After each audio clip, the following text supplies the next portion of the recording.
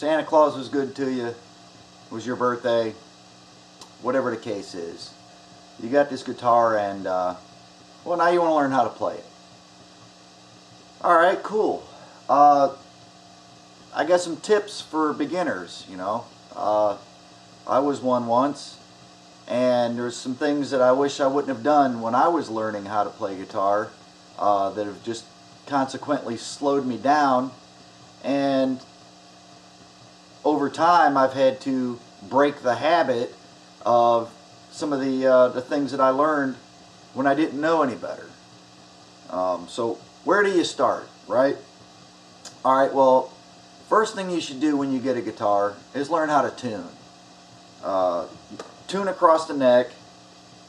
Start with one of your strings that you know is at I generally tune to concert pitch, which is A is 440. You could tune to a record, CD, but the process of tuning, and you need to know this because you're not always going to have a tuner, is you always check the 5th fret to the string, you work your way down the neck, and then when you get to the G string, the 4th string, that's at the 4th fret, and then you're back up to the 5th fret on the 5th string, and you check your tuning all the way across. You can do it with harmonics, that's not out of the question, and you can check octaves too. That's B and B. Those are three E's right there. So you can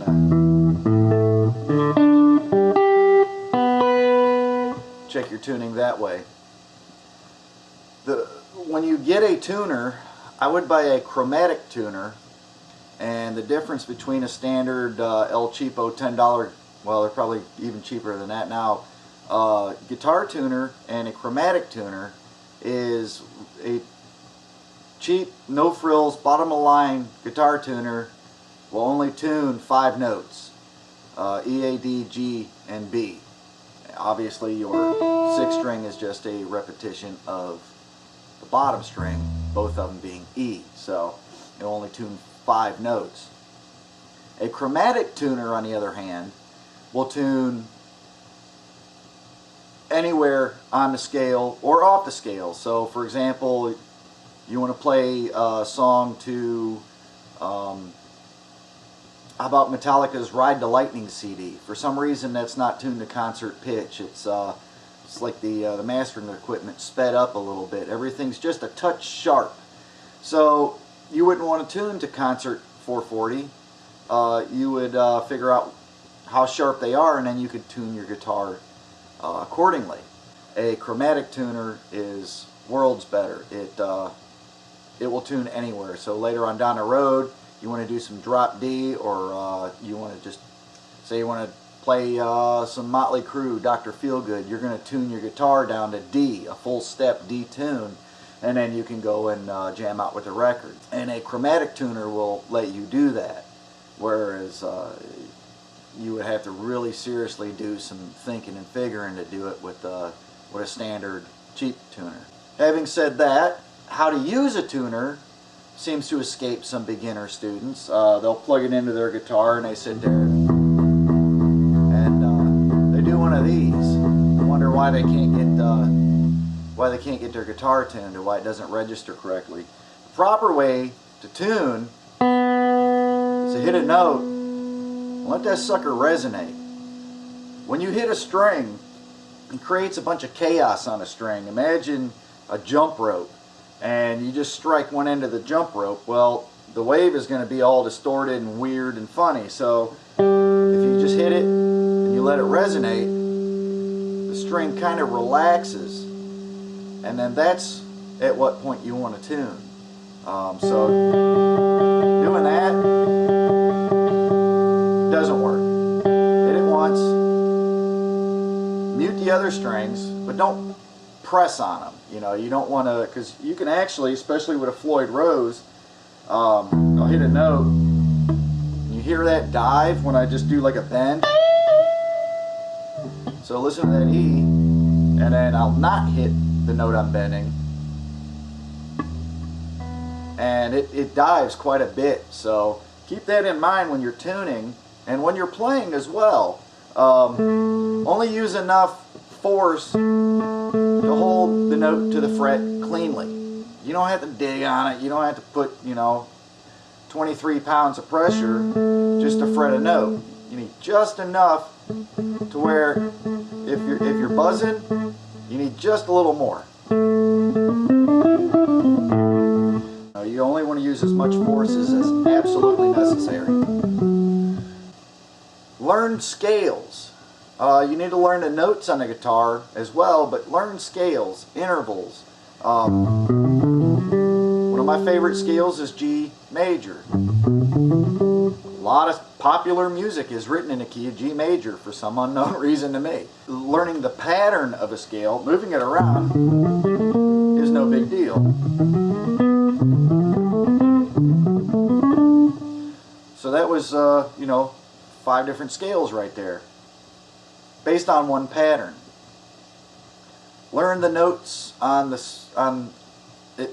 3 strings that are most important on the guitar to learn the notes are the E, the A, and the bottom E, which is a given, because the bottom E is the same as the top E. So whenever you learn, that G is here, well, G is here too on the bottom. Learn your octaves. So for example, if you put D, which is I call it the 2nd string, some guys call it the 5th string, but it's the A string at the 5th fret. Well, if you come down 2 strings and 2 frets, you get an octave. So you can learn the notes that way as well. So if you only know the notes on the bottom 2 strings, or the top 2 strings, the biggest 2 strings, the process goes a lot faster. So E, F, G, A, B, C, D, and back to E. So same with this, we start on A, B, C, D, E, F, G, A. Now if you're in the key of G major, which is one of my favorites, you don't have an F. Your F is an F sharp because of the way that the scale is, the way the intervals are stacked. So you won't have the F, you have an F sharp instead. Learn open chords. That's going to come in handy. You learn all the open chords that you can. E minor, E major, G, C, A minor, A major, D major, and D minor. And it's also handy to know the old F sharp / D, where you reach around the top and grab the E string at the 2nd fret, F sharp. That comes in handy in a lot of songs where they do like a walk down. Know that everything at the 12th fret repeats. So same thing. When you go to start out and learn different scales and the different notes in the scales, break it down into sections. They repeat. So you take that same sequence and it actually repeats. Same notes.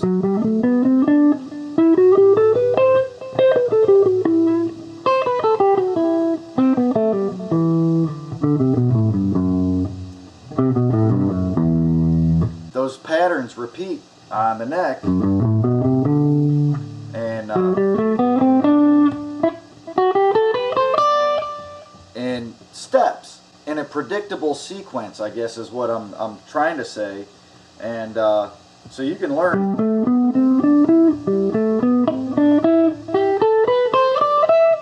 You can learn these steps and sequences and patterns, and because they repeat on the neck in a predictable fashion, it will help you when you go to learn your different scales, or modes as they are also known. One of the key things that I glanced over when I had learned how to start playing was alternate picking.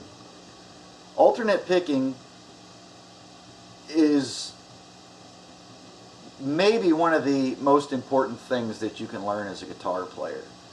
And that is, as the name implies, with your pick, it's up, down, up, down, up, down, up, down, no matter what. I got caught into this economy picking. As you work down the neck, you figure that, you know, hand's already there, so it'll be like, or down, up, down, down, up, down, down, up, down, down, and as you're jumping the strings. It doesn't work. Don't get caught up into it. You'll never get fast doing that. If you want to learn how to play smoothly, correctly, and accurately, accurate picking, alternate picking is where it's at. Accuracy is another crucial thing to being any kind of real guitar player. And by accuracy, I mean hitting the notes when they're supposed to be, as well as how they're supposed to be. So you would not consider that as accurate. Nobody would, right? So if you're supposed to play this note here, then that's the note that you need to play, and you need to play it when it needs to be played. And by accuracy, I also mean, oops, don't be doing that.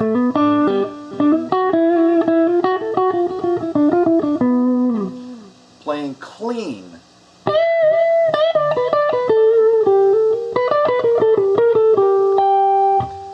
Don't hit notes you're not supposed to hit. If you're not trying to hit them, well, don't hit them, because no matter how fast you are, or how much distortion or echo, reverb you put on your guitar, it's still going to sound like crap if you're sloppy. If you got all these other notes in the background,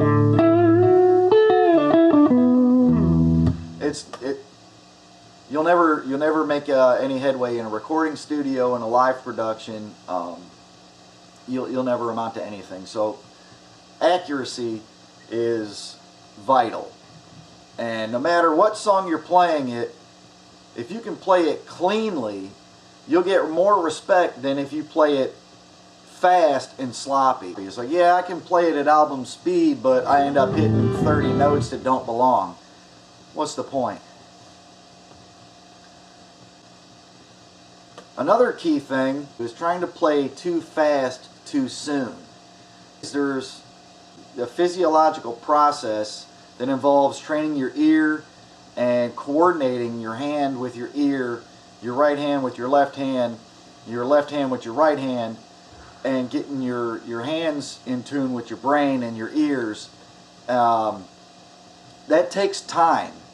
You're not going to shortcut that. There's just no other way around it. No matter how talented you are, there are certain things that you just have to, certain dues you just simply have to pay. So when you're learning your scales, go slow. Build your speed up gradually. The slower and more accurate you play in the beginning, the more accurate you're going to be at speed. So learn how to play everything slow, perfect, before you try to progress and build speed. There's several programs out there that I really personally enjoy that will help you build your speed. One of them is Tux Guitar. I may do a tutorial on that at one point. But it's an open source tablature editor player, and you can load in a tab. You can create your own tab, for example, any scale that you want to practice, and you can have it progressively increase the tempo so that you start off slow, learning your alternate picking, and progressively picks up the pace, so that you can work on your speed. Just like playing with a metronome that speeds up for you. Playing with a metronome is an excellent way to improve your accuracy, your speed, and your timing. Learning, when it comes time for you to learn some songs, don't jump right in and think you're going to learn, your favorite song right away, unless your favorite song is like Mary Had a Little Lamb. Again, there's a process that needs to happen in order to build up your speed, your confidence, and your level of playing. I mean, let's face it. When you were born, you crawled before you walked, or at least the majority of kids do. Some crawl for shorter times than others. But it's part of the learning process. So you have to crawl before you can run. Focus on timing and coordination, and once you've mastered a couple scales and some chords, it's time to learn a song. Warm-up exercises. One of my favorite warm-up exercises is a chromatic series of notes. It doesn't sound good. It's not meant to. It's just a chromatic series of notes to help your hands get in sync with each other. And it's pretty simple. You just go 1, 2, 3, 4 all the way down to the bottom string.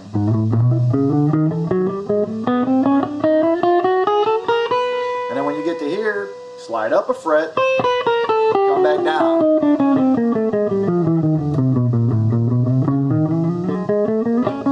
That's going to help you develop your alternate picking, because every other time you do it, you're going from down, up to up, down. You can have it focus on, by doing it that way, you can focus on your coordination, or you can focus on your right hand. There, I'm just double picking every note. You can triple it.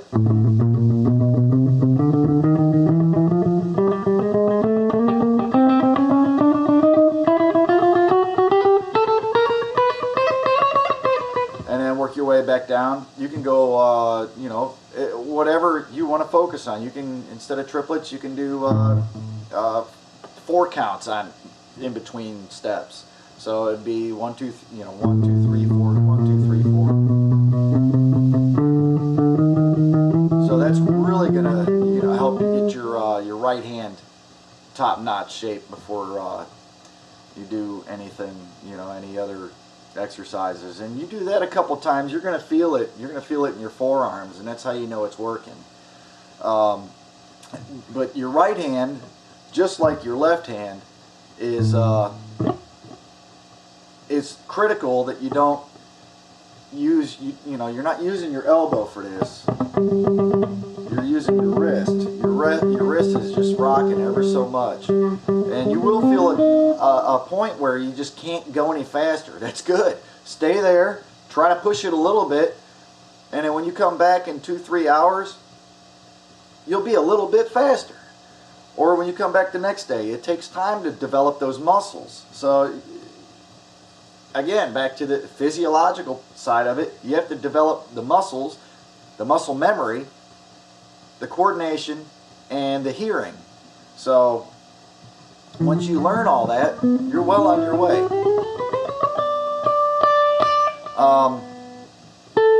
So when you're picking, you don't want to just gouge the guitar. That's there's no reason to do that. It's it can take some abuse, but it's a fairly delicate instrument, or at least it can be. So you just want to hit with your pick hand. You just want to hit the note, the string, hard enough to make a noise. Let the amplifier do the work. Just hit the string hard enough to let it make a note. you should be pretty relaxed when you're doing this. If you start to tension up, do some stretching. I like the old flail your arm about, flail your wrist, and you do that, it'll help get the blood flowing in your hands, loosen everything up, and then you should be good for a little bit. Periodically, do that as well during your practice sessions.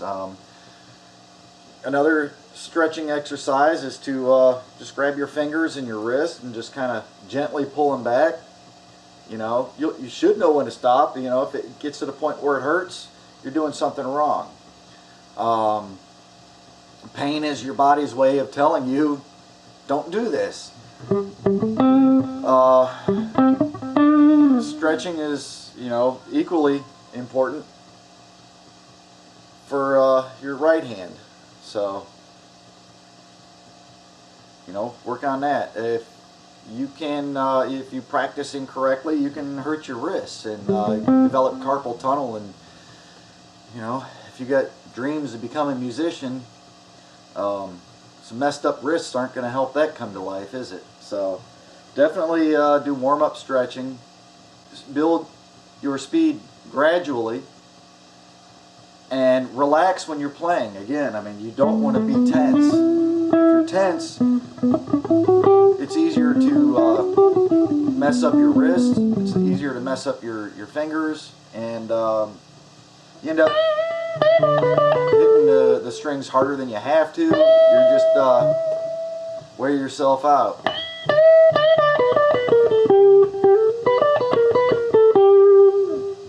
So, I think I pretty much touched on everything that I can think of, and you're not going to learn guitar by watching videos all day.